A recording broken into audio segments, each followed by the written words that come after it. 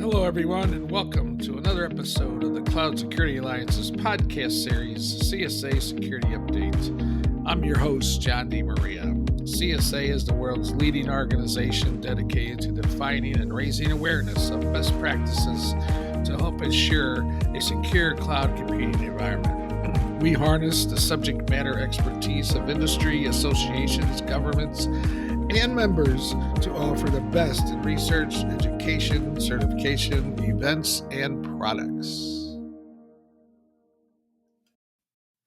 Hello, everyone. Thank you for joining this another episode of CSA Security Update. I am your host, John DiMaria, and today we're going to talk about a subject matter that has really been coming to age now with CSA and the STAR program, which is STAR Attestation. And it's really, based on the foundation, as many of you know, SOC2, Type 2 audit plus additional controls from the cloud control matrix. And today we have a couple of CSA members and actually new to the ranks of our STAR Attestation assessment firms, Richie May. And today I want to introduce you to our two guests that we have here today, Patrick Nester, who is Director of Information Technology Audit and Advisory Services. Patrick joined Richie in May in 2022, about 9 years of public accounting experience. Really has significant experience in the financial services industry, which many of you know is a huge sector that's being supported and researched by CSA. And they provide services such as internal audits, SOC audits, SOC2 audits, implementations, IT general controls, project management, compliance audits, and IPO readiness assessments. Patrick's also gained a lot of experience in leading internal and external audits for clients in the financial services and healthcare industry, and actually worked for a Big Four firm prior to joining Richie. We also have Michael Nouguier, who is the Chief Information Security Officer and Director of Cybersecurity Services. And Michael has more than 15 years experience in IT and cybersecurity. And his experience focuses on providing enterprise information, security, and risk assessment services to various organizations of various sizes, with emphasis on regulated industries from the financial services and healthcare, manufacturing, and entertainment industry. So I want to welcome you both to the show. Thank you for joining. Thanks, John. Thanks for having us, John. I want to start out maybe you all could just give us a quick, just so our audience is more acquainted, just kind of give us an overview of what, sort of what your organization does overall and services you provide.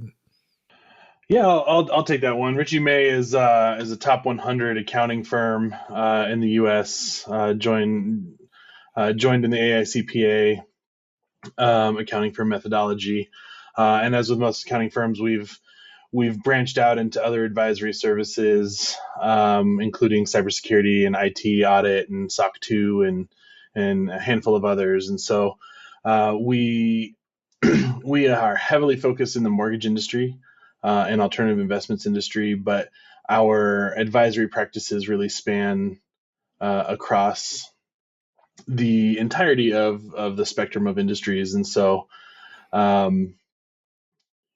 offering really technical services from a cybersecurity and IT perspective, auditing, controls, outsourced client accounting, The list goes on and on. And so, yeah, we're happy to be here today as members of the CSA because one of the services we offer is really cloud security, the slew of cloud security services and STAR attestations. So. Yeah, fantastic. And STAR Attestation is really, as I said, coming to age here. A lot of requests for STAR Attestation, as opposed to STAR Certification, which was sort of leading flagship. But STAR Attestation has really come into its own, especially in the financial services industry. Moving forward. And so, from your perspective of things, uh, maybe you could explain this, the STAR attestation for our audience, and in your opinion, how does it differ from other cloud security certifications? Yeah, absolutely. So the CSA STAR Attestation, it starts out companies will perform a self-assessment, right, which is great. It's a good way to start.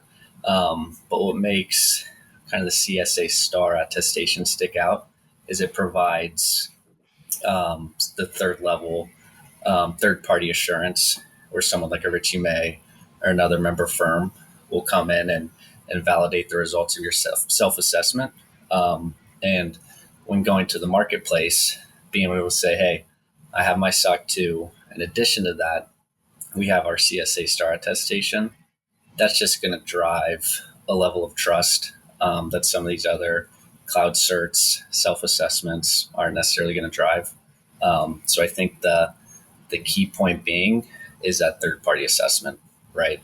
And I think, researching the cloud security, the cloud control matrix, just the level of detail and insight that it provides over your cloud controls, right? It's very specific. It's very tailored to that environment that a lot of folks are really caring about. So I think it's, some of the other ones I've looked at, it's a little bit more broad, a little bit more vague. This is really focused on your cloud controls, your maturity. So that's kind of what jumps out to me and what makes it a little bit different and a little bit more valuable, just looking at the marketplace and some of the other certifications and frameworks out there. And I'll touch on that a little bit more too, is really that the cloud controls matrix really drives an understanding of what that shared responsibility is between the different types of cloud architectures that you have, right? The infrastructure platform and cloud software as a service, like what responsibilities are there and what you're driving towards from a compliance perspective for your responsibility versus a shared responsibility model as well. Yeah, and I think the STAR attestation, cloud has pretty much been been synonymous with compute in today's environment. As a matter of fact, it's probably is computing in today's environment with the usage of the cloud and the massive migration that we see in the cloud, and so it's pretty much understandable that something more needs to be done in terms of the assessing compliance in the cloud sector, and STAR attestations certainly become really essential to businesses today in that cloud landscape. But maybe you could just give us a look into into an engagement, and how does SOC2 compliance, how does that intersect with the requirements of a STAR attestation? Yeah, so I think when looking at SOC2 and STAR, right, I think looking at the frameworks, looking at the objectives, they are separate, right? They're going to be different, address separate things. But from an overall security landscape for your company, it can provide, a really good level of trust to go that extra mile and say, hey, SOC2 covers security, availability, processing of some of the data, But when you're hosting, sensitive information in the cloud, what controls do you have in place over that, right? So I think there's going to be, some overlapping themes. And I think the combination of the two is going to provide a level of trust in the marketplace. And then also, with the increased scrutiny over third-party vendor management, a lot of our clients, when they're going to the market trying to get into certain doors, that door is closed until, hey, you have your SOC 2. You can show us you're getting your SOC 2 done annually. I'm sure some companies already are, but probably in the not too distant future, it's going to say, hey, if you want to play ball with us, we need your SOC 2 as well as your CSA STAR, right? And that's going to be an increased focus moving forward, especially around, third-party risk management. I feel like it just kind of blown up over these last few years. So SOC 2 was one of the first shoes to drop and say, hey, if you're going to handle our data, process our transactions, what are you doing from a SOC 2 perspective? I think not far behind that is going to be some more pressure to, hey, you're managing some of our data in the cloud. What controls do you have in place? What are you doing on an annual basis to monitor and manage that sensitive data? Yeah. And some people, today, a lot of organizations have just, are trying to manage this plethora of certifications and regulations. I know some companies that have, 10, 12 different certifications. And so, how does this, how does this, in your opinion, how does this tie into the broader context of global cybersecurity and other standards and regulations that might be out there? Yeah, I think, right, as a CISO, having to respond to third-party risk management questionnaires and also having to request those from purchasing third-party vendor applications, right? Understanding that an organization has put the thought into their cloud environments, which is where a ton of risk is. Cloud, while not being relatively new, it's still not considered in a less mature cybersecurity organization's maturity plans, right? Is like the cloud is not my responsibility. We put it in here. Somebody else is required to handle it. And so knowing that somebody has gone through a STAR level attestation, even a self-assessment, to understand that they're trying to align with controls that tie specifically into the security of the cloud, as a CISO, provides me a bit more peace of mind and saves me from having to ask more detailed questions in my questionnaire, right? And I can avoid some of those knowing that they have an attestation and the third party has reviewed those security controls that they have in place for their each different cloud infrastructures that they're leveraging. And so I think the standards are, right, rising tides raise all ships, right? And so if organizations are starting to pay attention to this STAR level attestation and understanding that the security that it's providing is actually going to prevent impact in that organization, me as a CISO from a third party, on both sides, being a third party and also bringing in third parties, I know that I can trust this attestation because I also am a part of a team that can perform those, and I see the level of detail that it's bringing in. Yeah. So as a CISO, I guess I could follow up with that because you mentioned, third party. I guess, is that the significance? I mean, what's the significance? Because like I said, people have all these certifications. They have this revolving door of auditors that sometimes you see happen. So what's really the significance of third party assessments, when it comes to STAR SOC 2? Yeah, that's a great question, right? Because in my mind, there's really two arenas. One is that outward facing attestation that you can show the world and your customers from a marketing perspective and a sales perspective. Like, our organization cares about security so much so that we've gotten this third party attestation to prove that we align with the security controls required for required for and set by the standard that the CSA has, and the CSA being really that framework that is pioneering cloud security in the marketplace. And the other arena is really that peace of mind as a CISO, right? Knowing that we are thinking about this, and there is a framework to follow that covers all of the gaps that could be created from a cloud perspective, any of those gaps and those risks, those vulnerabilities that come from owning any kind of cloud infrastructure. And so, right, the peace of mind as a CISO is more important to me, that I have something to align to and I can understand where my risks are so that I can effectively manage them. But the outward facing attestation proves to our clientele that we are also considering this, and we have put controls in place to protect their data as we're leveraging it. Yeah, and I would guess, and just for everybody, when we talk about STAR attestation, it's just a given. STAR attestation includes SOC2.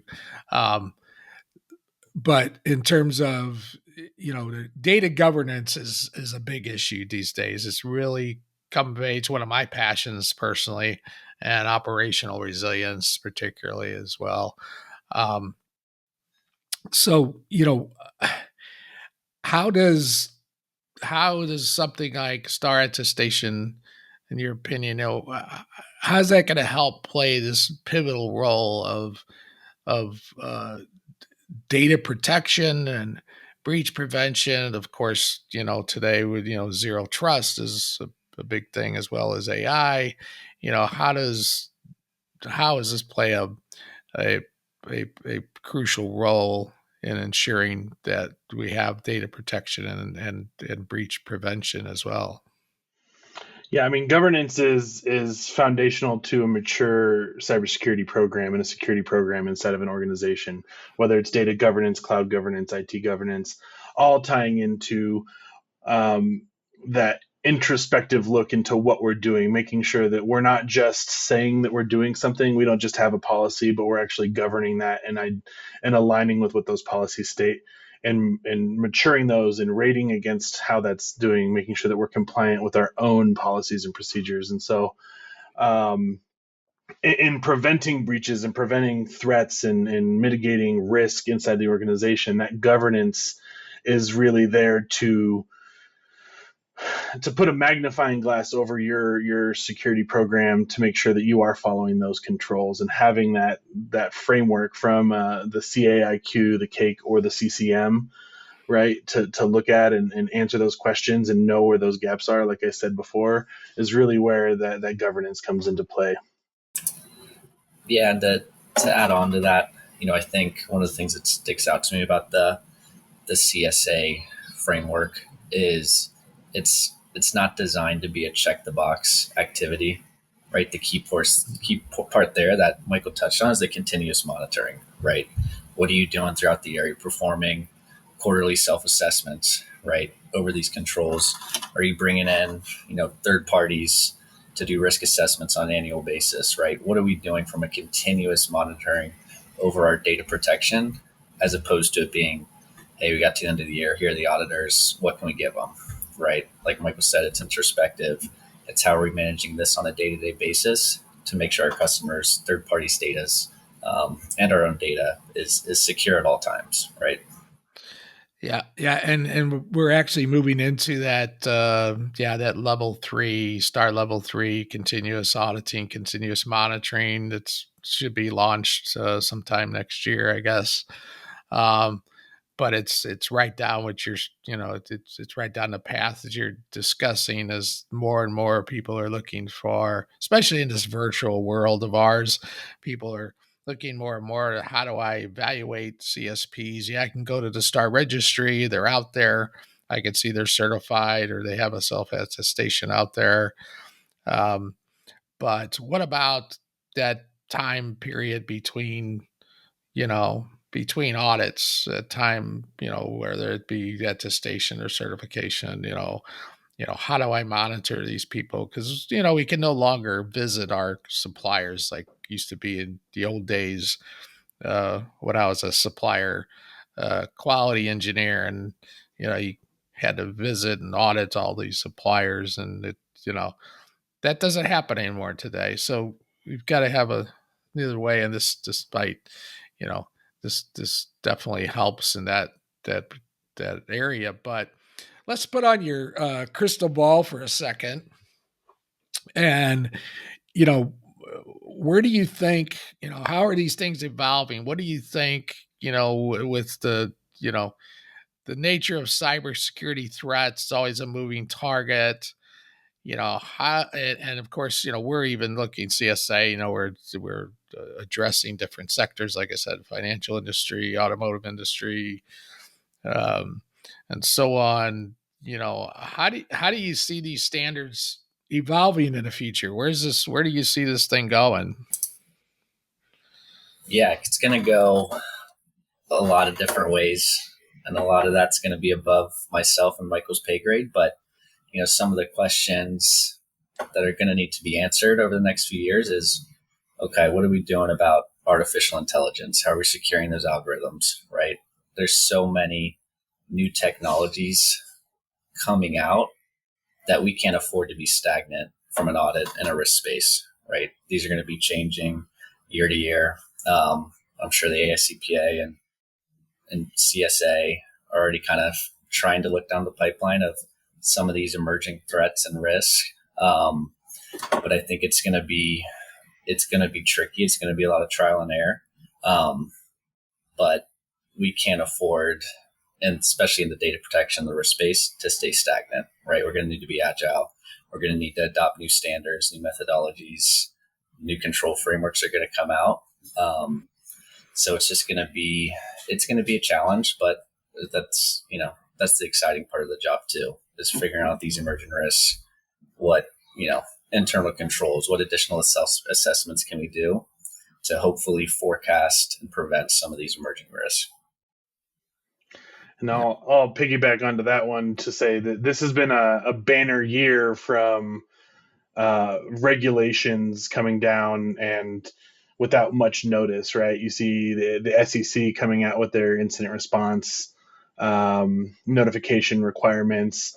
NYDFS on November 1st just passed their cybersecurity controls for any financial organization that operates inside of New York. And so you look at how these standards are going to evolve in the future, right? And you have to take a look at what you're actually being regulated by, because those standards are going to be helpful in complying with all of these regulations that are coming down.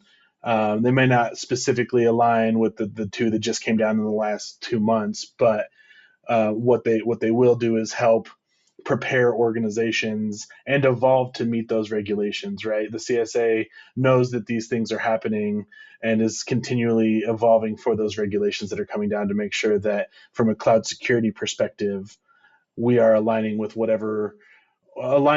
or doing better than what these regulations are requiring from organizations. Yeah, and it's interesting. You mentioned the SEC regulations, because I was just thinking about that, and it appears that this thing is getting bigger, and organizations, especially publicly traded organizations, are going to have to really declare where they're at in terms of these compliance postures, and so on and so forth. So I think there may be a shift in how we address um, auditing, and it really raises the bar in terms of accountability as well, which makes perfect sense, and which is why I think these programs like this are timely in that perspective of things. Um, I guess in terms of, because we have such a diverse audience here that are, thinking about their next step, and what do you think is, what advice would you have for organizations um, in terms of starting with security assessments like STAR Attestation, SOC2, and so on, and how should they prioritize their efforts? Yeah, I can kick this one off. You know, compliance, security, it's a tricky space. So, first step, understand what your security requirements are, right? What compliance regulations are you required to meet?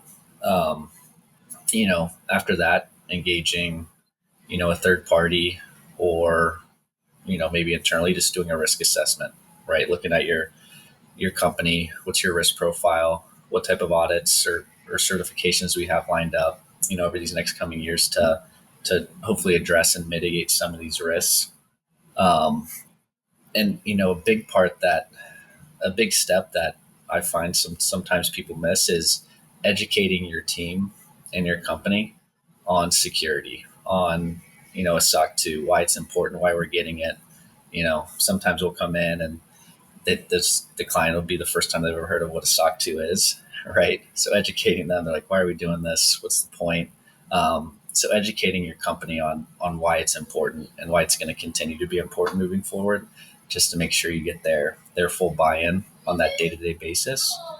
And then, there's a lot of cool automation tools, right? I've been doing audits for a handful of years now, and it's always been a painful, manual, laborious process that can take months and months to complete. But there's a lot of new companies popping up. Drata, for instance, provides kind of some cool control automations into your environment. So when we talk about continuous monitoring, there are these tools that you can implement to make sure, hey, we're hitting our SOC 2 controls throughout the year. I know the CCM matrix is a pre-built framework within Drata. So I think leveraging some of these newer technologies can be really, really beneficial if you're just getting started and maybe you have, resource capacity restraints, right? What can we do to minimize some of those man hours? And at the end of the day, automate a lot of these assessments and also provide, more accurate support to our auditors, more timely evidence.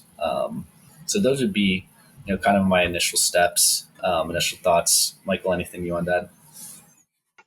Yeah, I mean, I'll touch on it as an organization that goes through a SOC 2 and one that also provides SOC 2s through your services, Pat, right? The automation aspects of it from a recommendation to organizations just are a clear benefit in moving forward with any of these, right? Whether you are going through a SOC 2 for your first time or you've been doing them for years, the evidence collection every year, because I've gone through a handful of SOC 2s in my life, is really the hardest part. But if you have a platform that is gathering that data on a continuous basis, it ties into all of the controls that you need.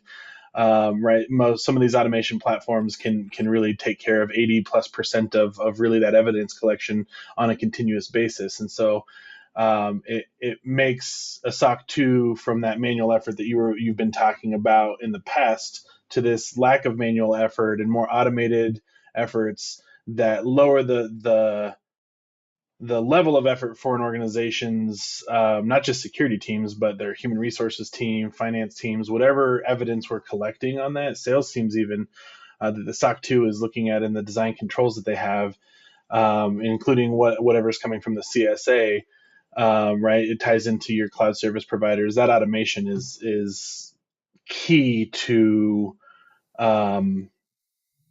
really limiting your pain in going through an audit. Not that audits are painful, but because Pat, you do those all the time. However, what I will say is that, like, I love going to the doctor and getting a clean bill of health, but I also don't love getting shots. And so, like, this takes the pain away from getting that shot using a platform like Drata to really automate those evidence gathering and control alignments. Yeah, real quick, I'm going to take advantage of the fact of your financial services expertise and maybe Michael, as you as a CISO, I want to step back, go back to SEC real quick, because organizations are going to be looking at how do they, apply their, how do they adjust to cover those certain requirements and so on and so forth. What, just in a nutshell, I mean, what, if you're, what's the sort of the crux of the SEC ruling? What's the big message that you see from that organizations are going to have to address? Yeah, I think it's really transparency that the SEC was looking for. They had a lot of proposed rules that the security community was really excited about, like requiring security expertise on the board that they wrote out at the last second. But it's that transparency to, right, the SEC is only going to govern publicly traded organizations for the most part with this rule set. And so all these privately traded organizations, they're wiping their brow right now saying, I don't have to hit this 96-hour threshold for reporting incidents or material incidents. However, what we understand about regulations is that they tend to grab from each other, right? And so, right, the SEC may be the first to come down with this incident notification requirement, which was the big change that came down. You have 96 hours to report a material incident. It defines what material is, which is realistically anything that a shareholder would care about. And so that is a bit nebulous. I'm not a lawyer. I'm not going to define what that means, but realistically, like having to report this on your financial forms, the Form 8K that they have within 96 hours to the SEC to make it public, and then also on your annual 10K forms, you have to report it as a publicly traded organization as well. Really increase the awareness and the maturity of what your incident response program has to be, because 40 or 96 hours is not a long time. It's not 96 business hours, it's 96 hours. And so if we identify a ransomware, we're not busy at all, right? Like when that happens, we're not focused on anything else. And so we're thinking about how we have to go fill out a form, which typically falls under the finance department, not under the security department. Let's go fill out this in an extensible language that I don't know much about. I have to fill out a Form 8K to describe what our incident is and report that to the SEC while I'm also putting out a fire.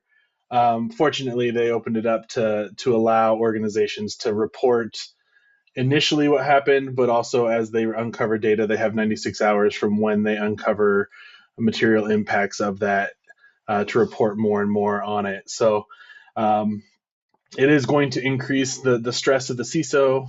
It's also, ironically, as of yesterday, there was an article that came out where it's creating this quadruple extortion for ransomware organizations to actually come back to a publicly traded organization and say, we're going to report this to the SEC for you if you don't pay us off. And that happened actually just yesterday. The Akira ransomware group did that to an organization. And so it's creating more heartburn in that process for organizations. I understand the transparency about it. People want to know if their money or data is impacted, but organizations are also having to understand how to manage that. It also requires an organization to report on their security controls in depth, which is also a roadmap to an attacker or an adversary. So the I could talk for hours, John, on the SEC regulations. No, that's fine. No, that's good stuff. I mean, that's what our that's what our listeners really look for is this bringing things together that they can understand what's the real crux of this. And I can imagine even privately owned organizations, if you're large enough, even though you might not be publicly traded, you want to hold yourself to the higher standard. And absolutely. And so this SEC ruling is really going to affect, I think, pretty much everyone, because if they feel like the SEC, it's important to the SEC, maybe they should be looking at that, even though it's not, they're not necessarily, as you say, formally required to do that. But that brings up the question. There's so many things to get your arms around, and making sure that you're you're analyzing data on a real time basis, and monitoring on a regular basis, and somehow some cases even taking it out of the human hands. Mm-hmm.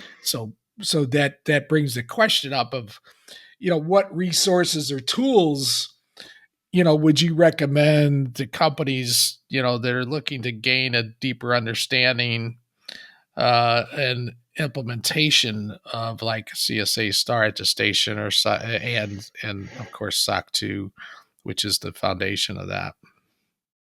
Yeah, I mean, and Pat, if you want to go, it looks like you're about ready to talk there. No, go for it, Michael. Yeah, I mean, we've already talked about the automation of the control alignments. That's pivotal as you're starting to get into aligning with multiple frameworks, or even just one framework is really important, or methodology in that, right? Like the tool sets that we're heavily leveraging internally with Drata allow us to align with, the NIST framework from a cybersecurity CSF perspective. But, if you want to pivot across to other frameworks like the CSA STAR, SOC2, CMMC, there's hundreds of them out there that just really come into play. There's unheard of regulations in like the entertainment industry called the TPN that content security focuses on, that also needs to be considered. And so, that monitoring of your controls, but also the monitoring of what's happening inside your environment, making sure you're using cloud security controls to actively monitor what's happening in your cloud environment, what's happening in your internal networks, right? Like MDRs, internal SOCs, analyzing these things, a SIM, something that's correlating data for you and actively monitoring that to prevent threats and identify them immediately. Because as a CISO, one of my biggest concerns is that something's going to happen and I don't find out about it until it's too late. But if I have active monitoring, I can understand when it happens and start to take action immediately. And the clock is ticking, and the sooner I get it remediated, the less impact I have. Yeah, and I think the other thing too is, as an organization, is being honest on what you know and what you don't know, right? And seeking help as you tackle a SOC 2, a CSA. The first time going through it, most companies are most likely going to need a lot of hand holding. So bringing in, a consultant or a third party to help set up your control framework, right? I know a lot of firms like Richie May and others, we can offer, staff augmentation, right? We don't need a full-time employee, right? But it would be nice to have, a bucket of hours from an expert who can come and help stand this up for us, right? So at the end of the day, not kind of trying to fake your way through it, take it seriously, understanding what your organization needs to do and what's the best way to do it, right? Do we have the resources internally? Do we need some outside counsel? So I think that's really key once you start diving into this world, because it's a lot of information to digest, and it's a wild world out there. Yeah, leveraging those trusted advisors to really align and guide you to what is best for your organization as they understand that is pivotal and perfect. I think that's a great point, Pat. Yeah, and I think the whole virtual CISO thing has been coming up lately too, which is for small, medium-sized organizations who can't afford a full-time person, but as you said, it still needs this trusted advisor, someone that they can call on when necessary to help them implement, maintain, and set up their process to make sure that they have a good security posture in place. So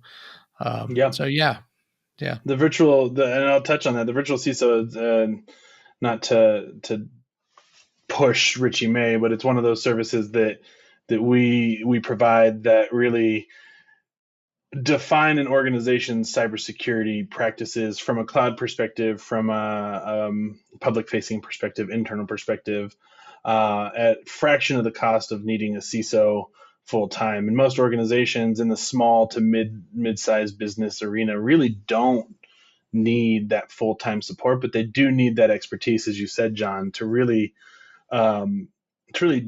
drive and build understanding inside of an organization, and realistically it's that culture of security that they want to build. And so organizations that don't know where to start should start with that particular type of service, right?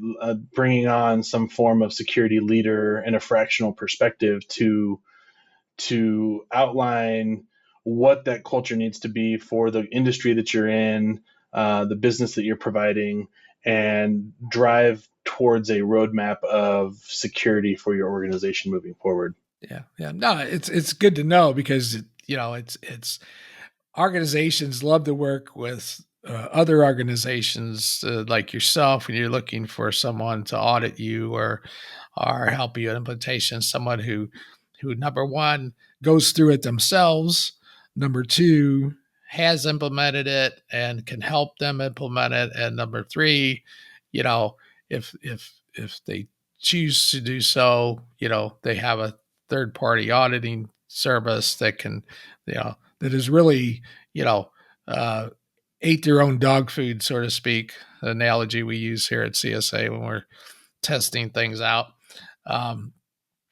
But it shows that yeah, you practice what you preach, and that's important to organizations when they're hiring someone, that you're not coming in just on theory, you're coming in on real life experience as well. So yeah, that's great to know. And Exactly. so on. So okay, well, I think we pretty much run out of time. Really appreciate y'all coming up. If anyone wants to get a hold of you, what would be the best way to do that? LinkedIn? Yeah, I know we're both on LinkedIn. I know we're both active on there.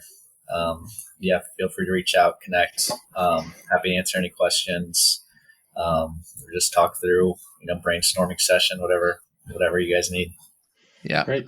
Talking is easy for us. We're happy to jump on calls. You can also email us at info@richiemay.com, and that'll get routed to us if that's an easier route and you don't like the social medias, which I totally understand. But LinkedIn is also great too.